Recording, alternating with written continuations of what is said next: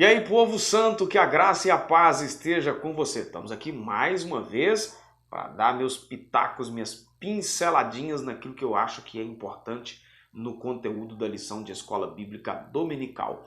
Antes de adentrarmos aqui, eu quero pedir você que se inscreva no canal, compartilhe os nossos vídeos, nos ajude a alcançar mais pessoas. E eu tenho um recadinho muito especial para você também, é uma ideia muito bacana. Roda aí o vídeo para você. Eu quero apresentar a você uma alternativa para a escola bíblica dominical, que é a revista Ensinar, lições para a escola bíblica dominical. Nós temos 2 temas disponíveis no momento. Esta aqui, Personalidades de Fé do Antigo Testamento, escrita pelo pastor André de Souza, e nós temos esta aqui, do livro dos Salmos. Esta aqui foi escrita por mim. Lições extraordinárias da Palavra de Deus. Algumas coisas que você precisa saber sobre a revista Ensinar. Ela não tem data pré-definida, portanto, a lição não vence. Se você tiver um evento na igreja em um domingo específico e você precisar dar uma pausa na escola bíblica dominical, você pode seguir no domingo seguinte sem nenhum problema. Formatação e visual moderno, linguagem fácil e conteúdo profundo da palavra de Deus. E, melhor ainda, um preço muito bacana, bem mais barato do que as editoras mais conhecidas no Brasil. Enviamos para qualquer lugar do país. Entre em contato conosco. Você pode também utilizar a revista Ensinar para cultos domésticos, estudos bíblicos na sua igreja, devocionais individuais mesmo, não apenas para a escola bíblica dominical. São 13 lições cada revista que com certeza vão fazer com que você cresça na graça e também no conhecimento da palavra de Deus. Revista Ensinar, lições para a escola bíblica dominical. Tá aí, essa é uma opção extraordinária, opção muito bacana, muito legal. E agora, conteúdo da lição de escola bíblica dominical, das lições bíblicas, como ler as escrituras é o tema da lição. Texto áureo, Atos capítulo 8, versículo 30, diz que, correndo Filipe, ouviu que lia o profeta Isaías e disse: entendes tu o que lês?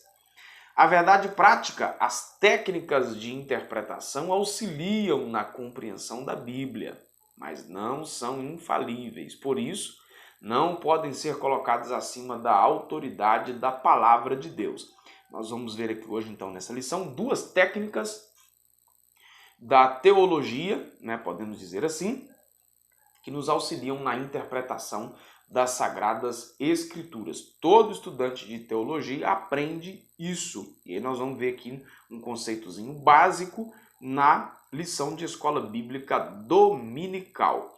Se é importante conhecer a estrutura bíblica, também manejá-la é muito importante. Não são poucos os erros, os equívocos que acontecem de resultado da má interpretação das Sagradas Escrituras. Tem uma frase muito interessante que normalmente é dita nos cursos teológicos, que a Bíblia é a mãe de toda heresia. Se você pegar um texto e distorcer ele, você vai encontrar base na Bíblia para falar muita bobagem, como muita gente tem feito por aí.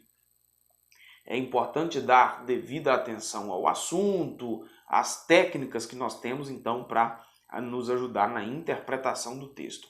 A leitura e o estudo das Escrituras são um dever e um privilégio, por isso temos que zelar pelo conhecimento bíblico e estar disposto a aprender cada vez mais, a desenvolver no conhecimento das Sagradas Escrituras. Tiago alertou que devemos ser cumpridores da palavra e não apenas ouvintes. Existe uma palavra, e aí já partindo para uma desses recursos que temos à disposição para nos ajudar na interpretação das Sagradas Escrituras, que é a exegese. Literalmente significa guiar para fora, isto é, extrair a intenção das palavras de um texto. Assim, o alvo da exegese é deixar que as Escrituras, melhor dizendo, falem conosco, que o Espírito Santo queria dizer lá no texto original. Dessa forma, para não fazer um texto significar aquilo que não está dizendo, né? É necessário um minucioso exame das Escrituras, e isso aqui, num aspecto que nós estamos falando, nós damos o sentido, a palavra chamada exegese. O exemplo disso é o estudo das línguas bíblicas, os fatos históricos, da cultura, os recursos que nós temos, históricos, geográficos e por aí. Por exemplo, vou te dar aqui um exemplo. Já ouvi muita gente dizer que o grande peixe, aí que eu não vou entrar no mérito aqui do grande peixe, que o grande peixe ele deixou Jonas lá na praia de Nínive. Só que quando você vai para a geografia, você vai ver que Nínive ficava no meio do deserto. Então o grande peixe não teria deixado Jonas na praia de Nínive, ele deixou na outra praia e não na de Nínive. É um recurso que nós temos, recurso de você examinar a geografia para te ajudar na exegese, ou seja, tirar o sentido daquilo que o texto está te dizendo. Você vai fazer um estudo minucioso do texto e ele vai trazer para você aquilo que realmente ele está dizendo. Aí tem uma outra palavrinha que é usada num conceito teológico que é exegese, que é você fazer o texto dizer aquilo que ele não está dizendo. O que nós estamos estudando aqui é a exegese, é tirar do texto aquilo que o texto está dizendo. Nesse aspecto, eu preciso reconhecer que toda a vez que lemos a Bíblia, estamos interpretando-a. Nesse sentido, o problema dessa constatação reside nas ideias que trazemos conosco antes mesmo do exame bíblico, ou seja, aquelas ideias que a gente já tem pré-concebida, e quando você lê o texto, você não abre o coração para você aprender aquilo que o texto está dizendo. Conseguinte, nem sempre o entendimento daquilo que lemos reproduz a verdadeira intenção do Espírito. Eu costumo dizer que o maior segredo do discipulado não é você aprender o novo. Existe dentro de nós uma predisposição para o novo. Então, quando você ouve algo que é novo, você vê algo que é novidade, já existe dentro de nós essa predisposição. É novidade, eu não sabia disso, eu nunca tinha visto isso. Já existe dentro de nós esse aspecto. Agora, o maior sentido do discipulado, ao meu ver, é você desaprender. É aquilo que Jesus disse para os discípulos: olha, ouviste o que foi dito pelos antigos, eu, porém, vos digo. Ou seja, eles abririam mão de um conceito já estabelecido antes para aprender um novo conceito. Isso aqui, para mim, é o ponto mais importante do discipulado. A necessidade de a Bíblia ser interpretada acha-se na natureza da própria palavra de Deus. Os textos canônicos possuem particularidades que não podem ser ignoradas. Dentre tantas essas, podemos citar as narrativas, as poesias, as crônicas, as profecias, as parábolas que precisam ser interpretadas sob a orientação do Espírito, observando as regras gramaticais. Você não pode pular ponto, vírgula e por aí vai. E o contexto histórico e literário quando foram redigidos, parte disso que eu dei aqui o exemplo, por exemplo, do Jonas, né? O que você precisa guardar desse tópico 1 da lição é que as escrituras sagradas precisam ser interpretadas para que todos conheçam o verdadeiro significado da mensagem. Ok? Bora lá para o segundo tópico da lição, os pressupostos pentecostais para ler a Bíblia. Uma das marcas do pentecostalismo é o seu compromisso inegociável com as escrituras. Cremos na inspiração divina verbal, plenária da palavra de Deus, nossa autoridade final em questões de fé e prática. Então, qualquer coisa que você vai praticar ou crer, você precisa pautar isso na palavra de Deus, certo? Tudo o que está escrito é verdadeiro e serve para o nosso ensino. Paulo disse isso em Romanos 15:4. Nessa compreensão, refutamos então a relativização e a desobediência aos preceitos bíblicos. A Bíblia, ela é a verdade de Deus e ela não pode ser relativizada. O que é ser relativizado? É depender do ponto de vista. A minha interpretação não necessariamente seria a interpretação do outro. Nós refutamos isso. Isso não existe. A Bíblia, ela é a palavra de Deus e ela tem para nós aquilo que precisamos conhecer para as nossas práticas normais do dia a dia como pessoas e também as nossas práticas de fé, certo? A doutrina da iluminação se refere à atuação do Espírito Santo na vida do crente que o capacita a discernir as verdades da palavra de Deus. Somente o estudo racional não é o suficiente para o entendimento da revelação escrita de Deus. Eu, particularmente, eu prefiro mais a palavra revelação do que iluminação, ou seja, você lê e você ter o auxílio do Espírito Santo para você entender aquilo que você está lendo, né? Ser revelado nisso. Você já deve ter ouvido alguém dizer, olha, eu leio e não compreendo. Essa pessoa ela precisa, aí, nessa linguagem aqui da revista, ser iluminada, para que ela então compreenda. Jesus disse uma vez para os discípulos, olha, estou falando em parábolas aqui porque vocês vão compreender, mas quem não está nem aí para mim não vai compreender. Ouvem, mas não entendem. Determinadas coisas no reino de Deus é só aqueles que realmente estão cheios do Espírito para compreender isso, né? Tem um outro texto que diz que as coisas do Espírito só são interpretadas ou discernidas por quem está em Espírito. O carnal compreende as coisas da carne, né? As questões espirituais se compreende quem está em Espírito.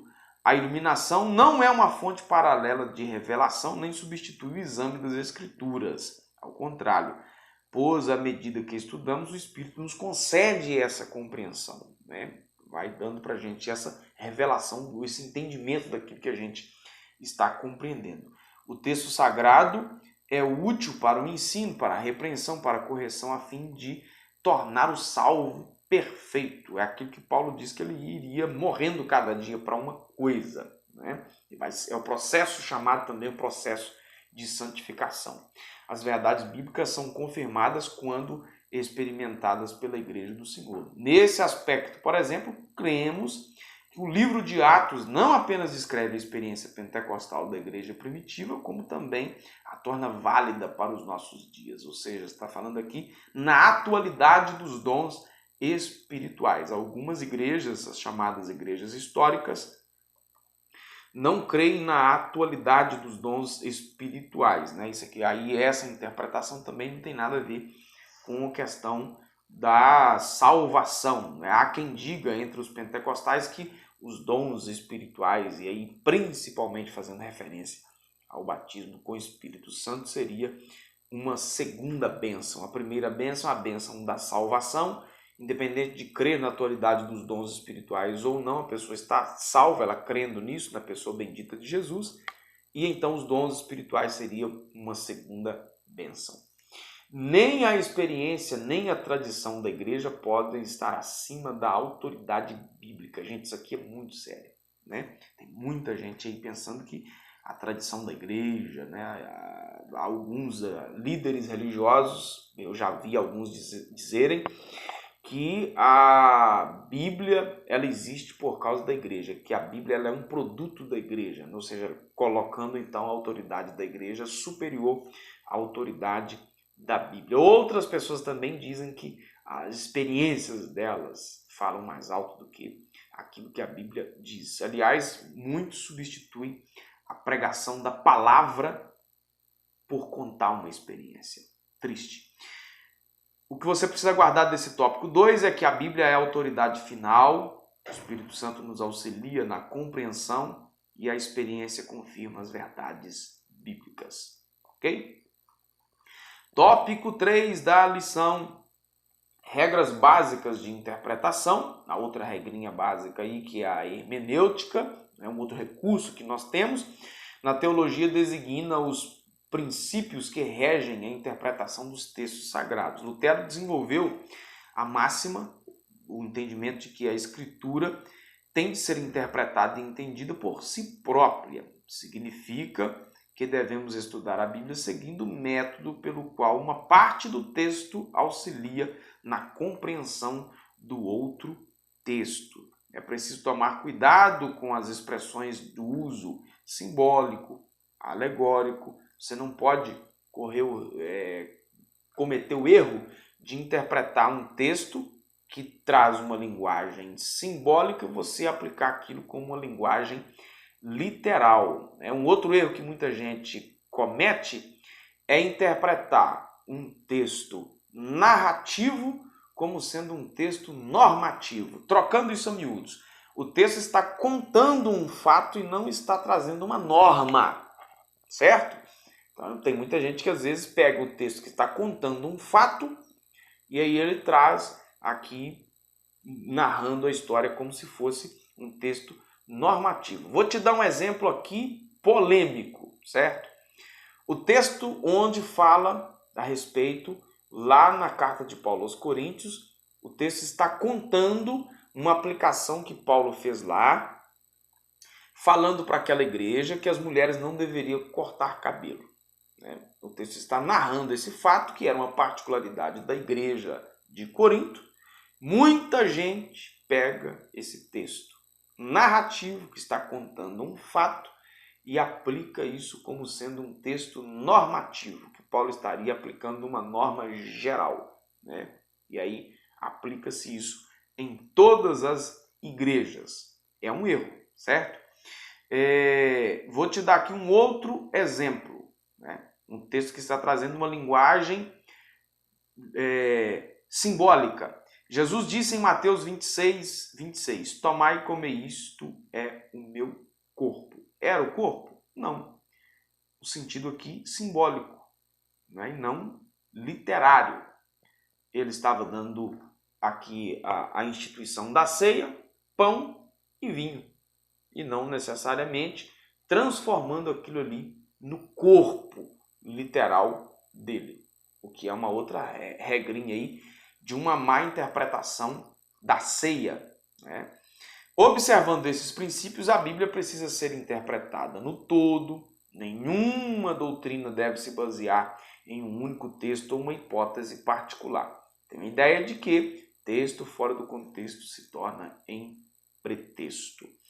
O intérprete não pode criar outro cano, ou seja, inventar outros livros, acrescentar ao que está e nem também tirar, certo?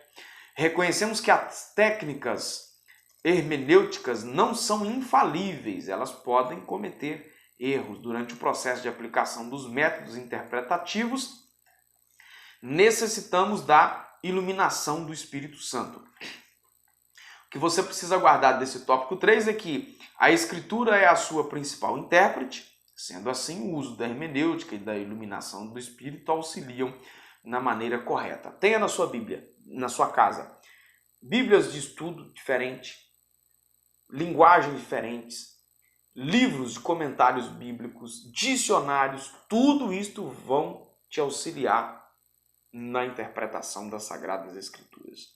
Cuidado com os comentários, cuidado com as notas de rodapé das Bíblias de estudos, por isso que eu estou dizendo para você ter vários para você fazer uma comparação, ok?